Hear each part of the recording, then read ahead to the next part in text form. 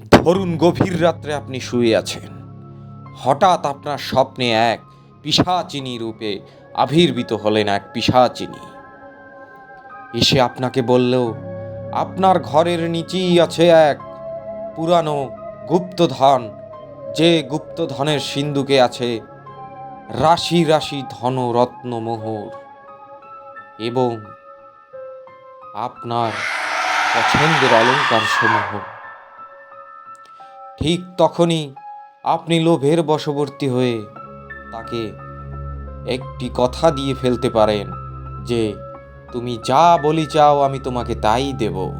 কিন্তু খবরদার, এরকম বলির প্রতিজ্ঞা করে বসবেন না। তাহলে এই ধন পিশাচিনী আপনাকে ধন তো দেবেই, কিন্তু সাথে আপনাদের প্রিয়জনকেও বলি নিয়ে যেতে পারে, এমনকি আপনার বলিও চাইতে পারে। এই ধন পিশাচিনীরা হয় রক্ত পিপাসু, তাই স্বপ্নে কথা দেওয়ার আগে আপনি শিওর হয়নি যে আপনি কোনো ধন পিশাচিনীকে কথা দিচ্ছেন না তো।